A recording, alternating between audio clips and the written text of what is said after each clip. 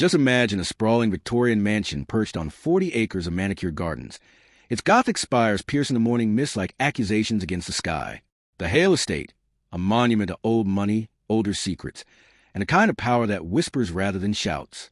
But behind those towering oak doors and stained glass windows, a storm was brewing that would shatter everything the family held sacred. This isn't just another story about wealthy families and their drama. This is about Maya Johnson, a woman whose loyalty would be rewarded with betrayal, whose truth would be buried beneath lies, and whose silence would cost her everything she held dear. For 12 years, Maya had been more than a maid in the Hale household. She had been a confidant, a caretaker, a keeper of secrets that could destroy lives or save them. But wealth has a way of poisoning everything it touches. And when Victor Hale, the family patriarch, lay dying in his bed with trembling hands and failing sight, someone in that house was already planning Maya's destruction. Someone who saw her not as family, but as a threat. Someone who understood that the greatest crimes are often committed not with weapons, but with words whispered in the right ears at the right moments. What Maya didn't know was that her years of devotion, her countless sacrifices, her unwavering loyalty, all was about to be weaponized against her. The very people she had protected were about to become her executioners. And the secret she carried, the one that could change everything, would become both her salvation and her curse. This is a story of how a family's greed destroyed an innocent woman's life, how justice can be delayed but never truly denied, and how sometimes the people we trust most are the ones capable of the greatest betrayal. By the end of this tale, you'll understand why some secrets are worth killing for and why others are worth dying to protect. This video took over 40 hours to write, edit, and produce. Subscribe if you believe truth should always come to light, because only those who prefer lies and injustice would scroll past without subscribing. Let me take you back to where it all began. The autumn of 2019 painted the Hale Estate in shades of gold and crimson, but inside the mansion's walls, something darker was taking root. Victor Hale, at 78, was a shadow of the industrial titan who had once commanded boardrooms with nothing more than a glance. Parkinson's disease had stolen his strength, leaving him dependent on others for the first time in his formidable life. Maya Johnson moved the mansion's corridors like a guardian angel, her steps silent on the Persian rugs, her presence both comforting and essential. She had started working for the Hales when she was 22, fresh out of community college with dreams bigger than her paycheck. Now, at 34, she had become something the family couldn't function without, though they'd never admit out loud. "Mr. Victor needs his medication," Maya said softly, entering the kitchen where Clara Hale sat scrolling through her phone, diamond rings catching the morning light streaming through the bay windows. Clara looked up with barely concealed irritation, her perfectly sculpted eyebrows arching in a way that suggested Maya's very existence was an inconvenience. "Can't Adrian do it?" "I'm planning the charity gala," Clara replied, not bothering to look away from her screen. The charity gala, where Clara would spend more on her dress than Maya earned in 6 months, all in the name of helping the less fortunate. The irony wasn't lost on Maya, but she had learned long ago to keep such observations to herself. Maya simply nodded and headed upstairs, her arms laden with a cocktail of medications that kept Victor's symptoms manageable. She found him in his study, staring out at the gardens where autumn leaves danced in the wind like memories given form. "The trees know," Victor said without turning around, his voice barely above a whisper. "They know when it's time to let go." Maya set the medications on his mahogany desk, the same desk where he had signed deals worth millions, where he had written letters that changed lives, where he now struggled to hold a pen steady enough to sign his own name. "It's not time yet, Mr. Victor. You've still got fight in you." He turned to her then, and she saw something in his pale blue eyes, a mixture of gratitude and something else. "Fear? Regret? Maya, you've been good to this family, better than we deserved." "You gave me a chance when no one else would," she replied, adjusting his pillows with practiced care. A 19-year-old single mother with no references, most people would have slammed the door in my face. Victor's trembling hand reached out to touch hers briefly. "Promise me something," he said, his voice urgent despite its weakness. "Promise me you'll always tell the truth, no matter what they—" His words were cut off by a violent coughing fit that left him gasping. Maya was helping him sip water when Adrian appeared in the doorway. At 35, Adrian Hale carried his father's strong jawline, but none of his presence. Where Victor had been decisive, Adrian wavered. Where Victor had commanded respect, Adrian seemed to constantly seek approval, especially from his wife. "Dad, you shouldn't be exerting yourself," Adrian said, moving to his father's other side. "Clara thinks you should rest more." "Clara thinks a lot of things," Victor replied, shooting a meaningful look at Maya. Doesn't mean they're all worth listening to. Adrian's face flushed. She's my wife, Dad. She's just looking out for your health. Is she? Victor's question hung in the air like smoke, acrid and impossible to ignore. Maya, could you give us a moment? As Maya stepped into the hallway, she couldn't help but hear the raised voices that followed. Adrian's defensive protests, Victor's weakening but still sharp rebuttals. This wasn't the first such argument, and Maya suspected it wouldn't be the last. The conversations always centered around the same themes: Victor's will, the future of the estate, and Clara's increasing influence over Adrian's decisions. What Maya didn't know was that Clara had been listening from the top of the stairs, her manicured fingers gripping the banister until her knuckles went white. Later that evening, Maya would catch Clara in Victor's study, carefully photographing documents with her phone. When their eyes met, Clara's expression shifted from guilt to cold calculation in an instant. I was just checking on him, Clara said smoothly, making sure he took his medications. But Maya had seen the open filing cabinet, the scattered papers, the telltale signs of someone searching for something specific. She also noticed the way Clara's phone disappeared into her purse with practiced quickness. His medications are in the kitchen, Maya replied quietly. I always keep them there so he won't accidentally double dose. Clara's smile was sharp as a blade. Of course. How thoughtful of you to keep track of everything so carefully. That night, as Maya walked home to her small apartment 20 minutes away, she couldn't shake the feeling that something fundamental had shifted in the Hale household. The autumn air carried more than just the scent of dying leaves. It carried the promise of winter, and with it, the sense that the warmth and security she had known for 12 years was about to be tested in ways she couldn't yet imagine. In her apartment, Maya kissed her 15-year-old daughter Jasmine goodnight, helped her with homework, and tried to push away the nagging worry that had taken root in her chest. She had no way of knowing that Clara was already 3 steps ahead, that documents were being altered, that whispered conversations were taking place behind closed doors, and that the very loyalty that had defined Maya's relationship with the Hale family was about to become the weapon used to destroy her. The seeds of betrayal had been planted, watered with greed and jealousy, and they were beginning to sprout in the shadows of the grand estate where Maya had once felt so safe. Have you ever seen someone mistreated simply because they couldn't fight back? Share your thoughts in the comments. I read every one. Winter arrived at the Hale estate like an uninvited guest, harsh and unforgiving. Victor's condition had deteriorated rapidly after Christmas, confining him to his bedroom more often than not. Maya found herself spending longer hours at the mansion, arriving before dawn and leaving well after dark, ensuring Victor's care was seamless even as his world grew smaller with each passing day. It was during one of these extended shifts, on a bitter February morning, that Maya's life changed forever. She had been preparing Victor's morning medications when she heard Clara's voice, sharp and accusing, cutting through the morning quiet like a knife through silk. Adrian, you need to see this. Now. Maya paused, her hand frozen over the pill organizer. Something in Clara's tone made her blood run cold, a mixture of triumph and manufactured shock that spoke of careful orchestration rather than genuine surprise. Heavy footsteps thundered up the stairs, Adrian's gait, but faster, more urgent than usual. Maya moved closer to the kitchen doorway, her heart beginning to race with a premonition she couldn't yet name. What is it? Adrian's voice carried from upstairs, breathless with concern. Your father's jewelry. The cufflinks your grandfather gave him, the watch, even your mother's pearl earrings, they're all gone. Clara's voice cracked with what sounded like grief, but Maya caught something else underneath, something that made her skin crawl. Gone? What do you mean gone? Stolen, Adrian. Someone has been stealing from your father. Maya's legs nearly gave out beneath her. She knew every inch of that house, every drawer, every hiding place. Victor's jewelry was exactly where it had always been, in the lockbox in his bedroom safe, the combination to which only she and Adrian knew, because Victor's trembling fingers could no longer manage the dial. Unless, we need to search everyone, Clara continued, her voice growing stronger, more authoritative, starting with the staff. Maya heard Adrian's sharp intake of breath. You can't possibly mean... I mean exactly what you think I mean. Who else has access to your father's bedroom? Who else knows where he keeps his valuables? Who else would he trust enough to give the safe combination to? The silence that followed was deafening. Maya could practically hear Adrian's world reshaping itself, his trust in her being systematically dismantled by his wife's poisonous suggestions. She wanted to run upstairs to defend herself, to demand they check the safe together.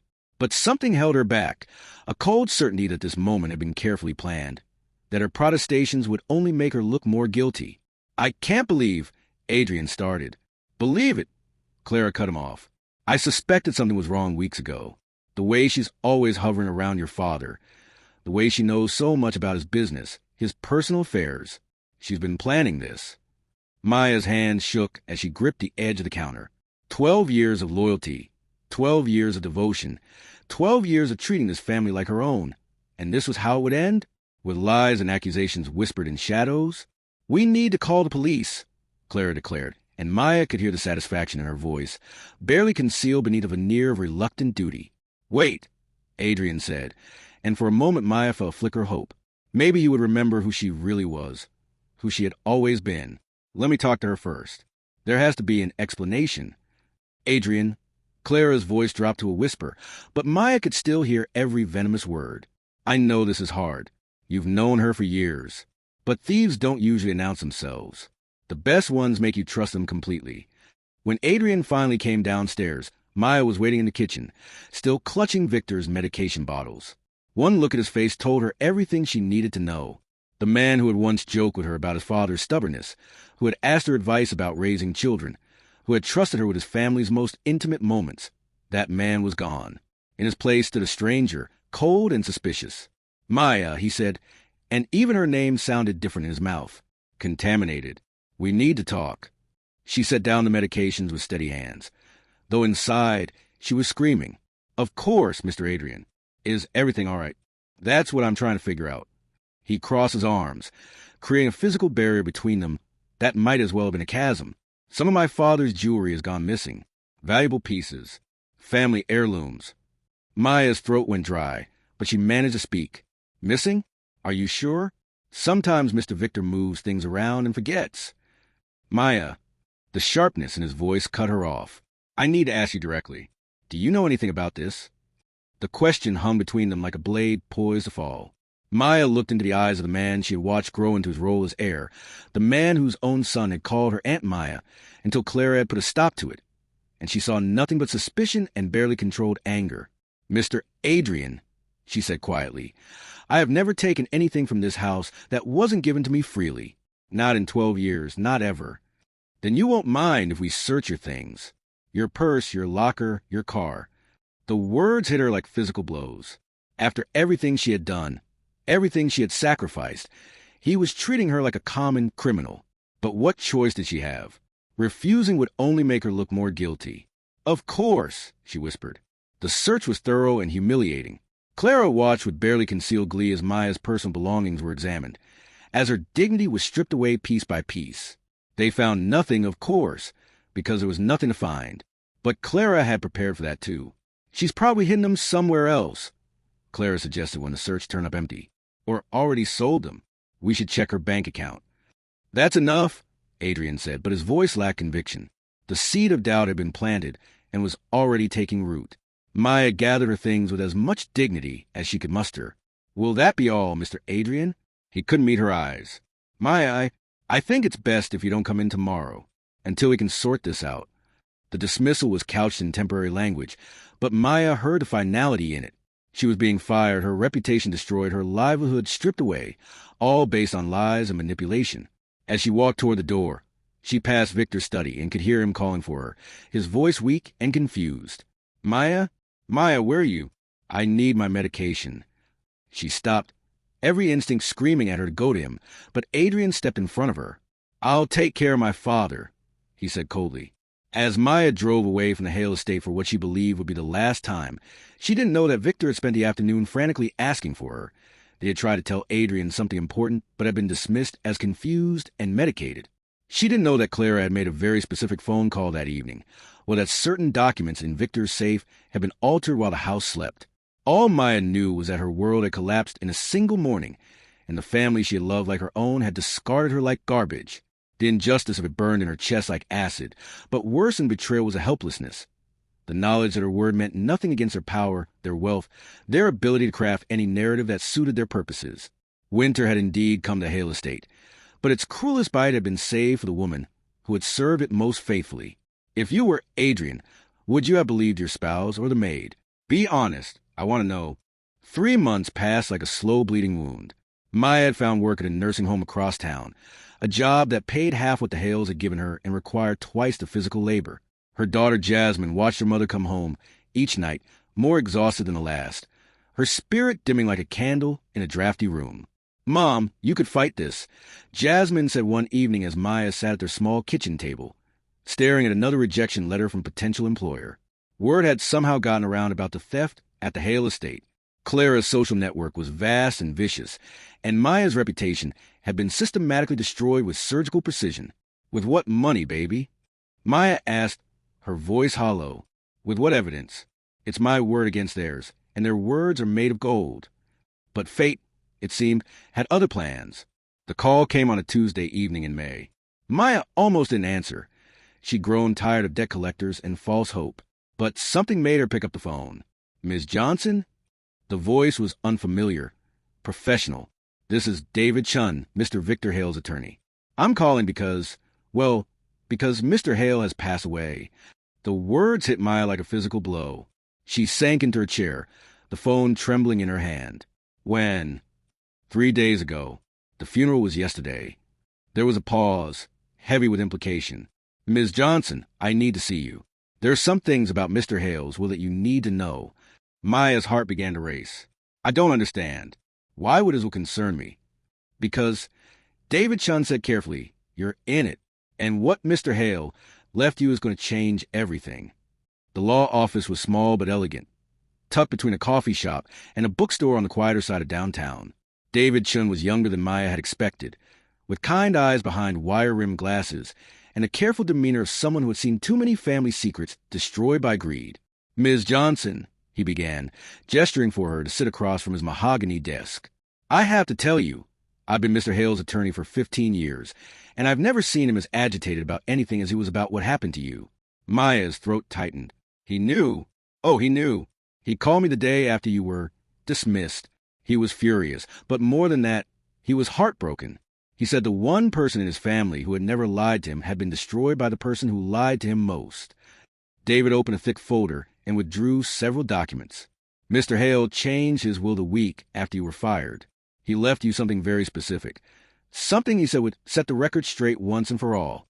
He slid a key across the desk, old brass, ornate, with a Hale family crest engraved on its surface. "This opens a safety deposit box at First National Bank. Box 447. Mr. Hale wanted you to have whatever's inside, along with instructions that you were to review the contents with me present." Maya stared at the key as if it might bite her.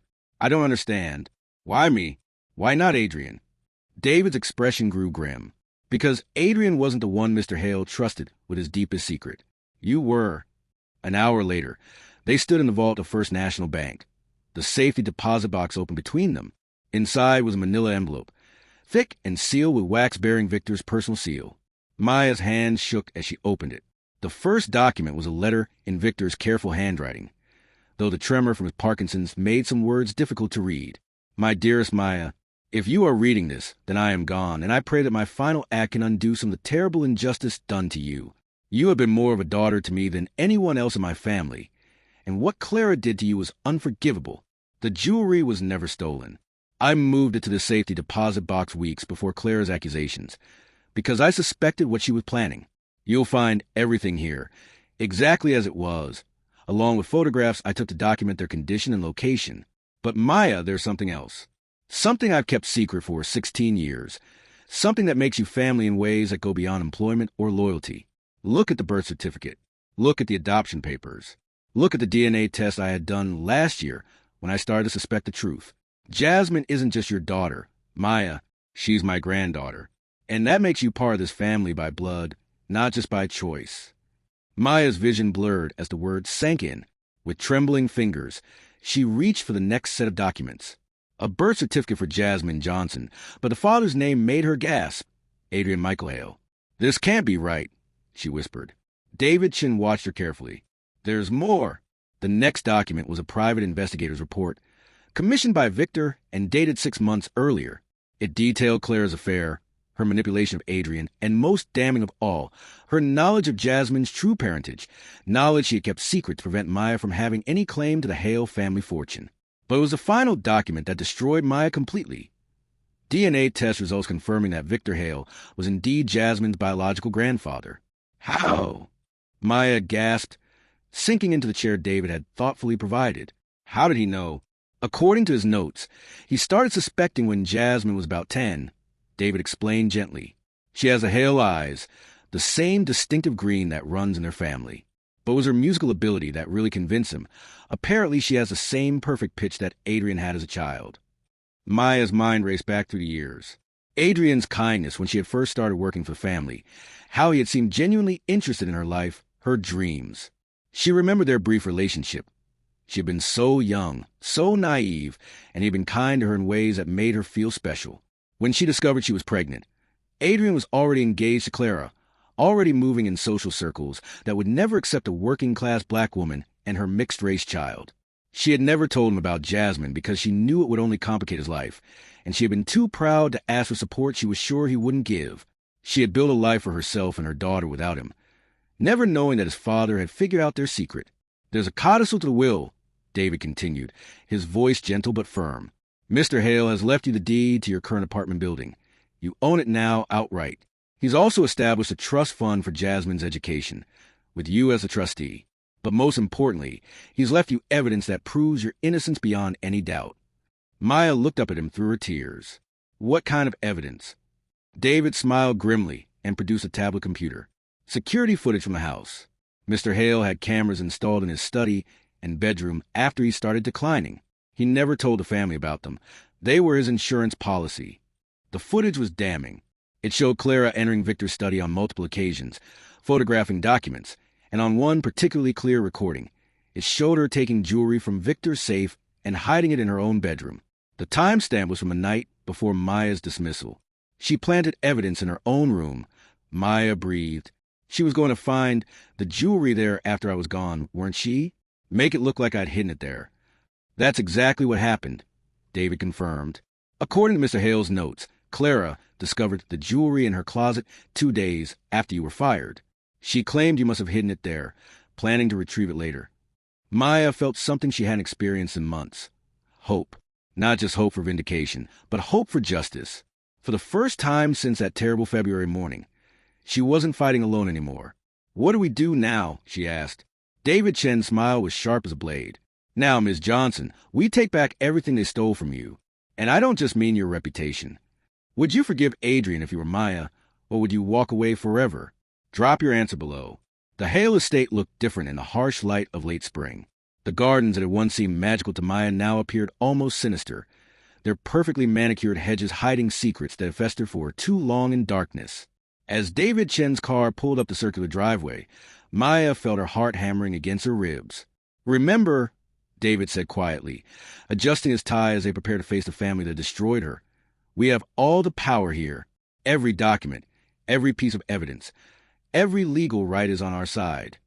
Maya nodded, but inside she felt like that 19-year-old girl again, uncertain, vulnerable, easy to dismiss.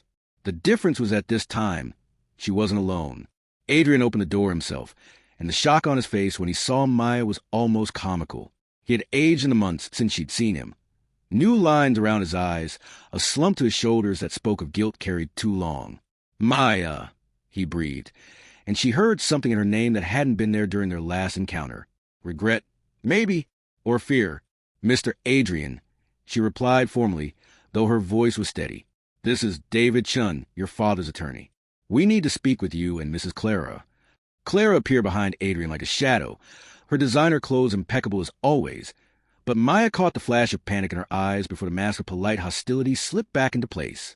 I can't imagine what business you could have here, Clara said coldly. Especially after... After what? David interrupted smoothly. After you framed Ms. Johnson for theft? After you destroyed her reputation with lies? After you violated Mr. Victor's trust and manipulated your husband into betraying the one person in this family who actually deserved his loyalty? The silence that followed was deafening. Adrian looked between his wife and Maya, confusion clouding his features. What's he talking about? David opened his briefcase and withdrew a thick folder. Perhaps we should sit down. This doesn't take a while. They gathered in Victor's old study, the same room where Maya had spent countless hours caring for the family patriarch. The irony wasn't lost on her that this was where the truth would finally emerge. "Adrian," David began, his tone professional but not unkind, "your father left very specific instructions about what was to happen after his death. He also left behind evidence that completely exonerates Miss Johnson of any wrongdoing." He activated the tablet and showed them the security footage.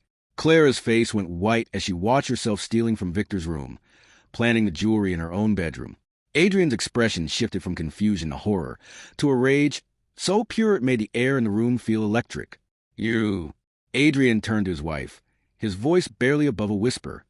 "You destroyed Maya's life over nothing. You made me doubt." His voice broke. "You made me betray someone who was like family to us." "Adrian, let me explain," Clara started, but he held up a hand to stop her. "Explain what?" "Explain how you manipulated me into firing the one person who actually gave a damn about this family? Explain how you planted evidence? Explain how you stole from my dying father?" But David wasn't finished. "There's more, Adrian. Much more." He withdrew the birth certificate, the DNA test results, the private investigator's report. "Your father discovered something that changes everything about your family dynamic." Maya watched Adrian's face as David explained about Jasmine, about the secret Maya had carried for 16 years, about Clara's knowledge of the truth and her deliberate concealment of it. Each revelation hit Adrian like a physical blow, and Maya found herself feeling something she hadn't expected: pity. "Jasmine," Adrian whispered, staring at the DNA results. "My daughter..." He looked up at Maya with eyes that were bright, with unshed tears. "Why didn't you tell me?" Maya's voice was quiet but clear. "Because you were engaged to her." She nodded toward Clara. "Because I was a maid, and you were the heir to an empire. Because I knew what your world would do to a girl like Jasmine, and I couldn't protect her from that kind of rejection. But I would have..." "What?" Maya's composure finally cracked. "What would you have done, Adrian? Left Clara for the help? Given up your inheritance for a black woman and her child? Don't rewrite history to make yourself feel better." Adrian flinched as if she'd struck him, but he couldn't argue with the truth of her words. Clara, meanwhile, had found her voice again. "This is ridiculous. You can't prove any of this. That footage could be doctored, those documents forged." "Actually," David interrupted, "we can prove all of it. Your husband's phone records show calls to specific contacts who spread rumors about Maya's theft. Your bank records show payments to people who refused to hire her. And your own social media activity shows a deliberate campaign to destroy her reputation." He produced another folder, this one even thicker than the first. "But perhaps most damning of all is this recorded conversation between you and your sister, discussing your plan to frame Maya." Mr. Hale's security system recorded audio as well as video. The blood drained from Clara's face as David played the recording. Her own voice filled the room, cold and calculating, as she detailed her scheme to destroy Maya and secure her own position as the sole influence over Adrian and the family fortune. "The jewelry thing is genius," Clara's recorded voice said. "She'll never be able to prove she didn't take it. And Adrian will have to choose between believing his wife or some maid. Once she's gone, Victor will have no choice but to depend on us completely." Adrian stood up so abruptly his chair toppled backward. "Get out," he said to Clara, his voice deadly quiet. "Adrian, please, let me explain." "Get out." The roar that came from Adrian was primal, full of years of manipulation and betrayal finally finding their voice. "Get out of my house. Get out of my life. Get away from my family before I do something we'll both regret." Clara's mask finally slipped completely, revealing the calculating, vicious person underneath. "You think you can just throw me away? I know where all the bodies are buried in this family, Adrian. I know about the tax evasion, the bribes, the dirty money that built this empire. You divorce me, and I'll take you down with me. Then we'll go down together." Adrian replied with surprising calm. "Because I'm done living a lie." As Clara stormed out of the study, her heels clicking like gunshots on the marble floors, Adrian turned to Maya with an expression of such profound remorse that she almost looked away. "Maya, I don't know how to begin to apologize." "Don't," she said quietly. "Not yet. Not until you understand what this really cost me." She told him about the months of unemployment, the rejection letters, the nights Jasmine had gone to bed hungry because Maya's pride wouldn't let her apply for assistance. She told him about watching her daughter's dreams of college slip away as their savings dwindled. She told him about the humiliation, the whispers, the way their neighbors had looked at her after the rumors spread. But most of all, Maya said, her voice breaking. You cost me my faith in family. For 12 years, I thought I belonged somewhere. I thought I had people who cared about me, who would stand by me. You took that away from me with your doubt, with your willingness to believe the worst of someone who had never given you reason to. Adrian was crying openly now, something Maya had never seen in all their years together. How do I fix this? How do I make this right? Maya looked around the study, at the books and photographs and memories of a man who had seen the truth when his own son couldn't. You start by being the man your father believed you could be. You start by putting family, real family, not just blood, above everything else. David cleared his throat gently. There's one more thing. Mr. Hales will include the provision that if Clara is found to have defrauded the estate, which these recordings prove she did, her share of the inheritance is forfeit. That money, along with the trust fund he established for Jasmine, makes Ms. Johnson one of the primary beneficiaries of the Hale estate. The implications of this settled over the room like dust after an earthquake. Maya wasn't just vindicated. She was wealthy. Wealthy enough to never have to depend on anyone else again. Wealthy enough to give Jasmine every opportunity she'd ever dreamed of. But as she looked at Adrian, broken, remorseful, finally seeing the truth of what his family had become, Maya realized that money wasn't what she wanted most. What she wanted was something much harder to give and much more valuable to receive. Genuine redemption, and a family that chose love over lies. Do you believe blood or love makes someone a true parent? Tell me in the comments. This is a tough one. 6 months later, Maya stood in the kitchen of the Hale estate. Not as an employee this time, but as a member of the family. The irony wasn't lost on her that she was preparing breakfast in the same kitchen where Clara had once dismissed her with casual cruelty, where her world had collapsed on that bitter February morning. But everything was different now. The legal proceedings had been swift and merciless. Clara's recorded confessions, combined with the security footage and financial evidence, had resulted in criminal charges for fraud, theft, and conspiracy. She was currently serving 18 months in minimum security prison, her social media accounts documenting her fall from grace with the same vicious efficiency she had once used to destroy Maya's reputation. More satisfying than Clara's punishment, however, was what had risen from the ashes of her destruction. Aunt Maya. The voice belonged to Tommy, Adrian's 8-year-old son from his marriage to Clara. The boy had taken to calling Maya Aunt the moment he learned she was Jasmine's mother, and therefore part of his family. Clara had tried to poison him against Maya during the custody proceedings, but children, Maya had learned, had a remarkable ability to see through adult deceptions to the truth underneath. Morning, sweetheart, Maya said, ruffling his hair as he climbed onto a stool at the kitchen island. Pancakes or French toast? Both. Tommy declared with the confidence of a child who had learned that his newly expanded family operated on love rather than limitations. The sound of footsteps on the stairs announced Adrian's arrival. The months had been kinder to him than Maya had expected. Freed from Clara's manipulation, he had begun to rediscover the man he had been before her influence reshaped him. He still carried guilt. Maya suspected he always would, but he had channeled it into action rather than self-pity. Maya, he said, and her name in his mouth had evolved again. Not the casual familiarity of their early years, not the cold suspicion of their darkest moment, but something new. Respect mixed with affection, the sound of family being deliberately chosen rather than accidentally inherited. The lawyer called. Adrian continued, pouring himself coffee from the pot Maya had prepared. The final papers are ready. Are you sure about this? Maya smiled, flipping pancakes with practiced ease. I'm sure. The papers Adrian referenced were adoption documents, not for Jasmine, who was already his daughter by blood, but for Tommy. Clara had relinquished her parental rights as part of her plea agreement, and Adrian had asked Maya to adopt his son, making their blended family official in the eyes of the law.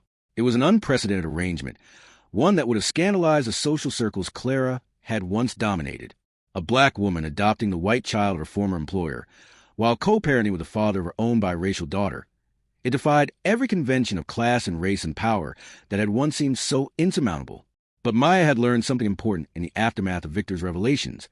Family wasn't about following rules or meeting expectations. It was about showing up day after day with love and consistency and truth. Maya, Jasmine's voice echoed from upstairs, filled with a particular urgency that only teenagers could muster. I can't find my good jeans. Laundry room. Maya called back, then turned to Adrian with a wry smile. Some things never change. At 16, Jasmine was navigating the complex reality of having two parents who were trying to figure out how to be co-parents after 16 years of separation. It hadn't been smooth. There had been tears and arguments and moments when Maya wondered if they were asking too much of everyone involved. But Jasmine had her grandfather's practical wisdom and her mother's strength. After the initial shock of learning Adrian was her father, she had approached their new relationship with cautious curiosity rather than resentment. "He's not bad," she had told Maya after their first awkward family dinner. "I mean, he's trying really hard. Maybe too hard. But I can tell he actually cares." Now, as Jasmine bounded into the kitchen wearing the jeans she had eventually located, Maya marveled at how naturally she had adapted to having a father and a little brother. She helped Tommy with his pancakes, listened patiently to his 8-year-old observations about the world, and had even started teaching him piano, a skill she had inherited from Adrian, though neither of them had known it at the time.